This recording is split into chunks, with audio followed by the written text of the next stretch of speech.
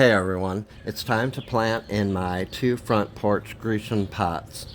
They are concrete and were originally the concrete color, then white for a few years, and now black that I need to touch up because it's been about 3 years since I painted them.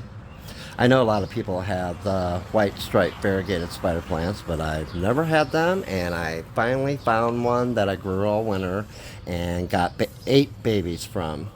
I've always had a lot of regular all green spider plants, so I never bothered with the variegated ones until now.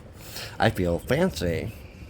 I used a spray paint by Color Place from Walmart that lasted 3 years so far, and a couple of white spots coming through now that I'll paint. And to be fair, when I originally painted them black, they could have used another coat here and there.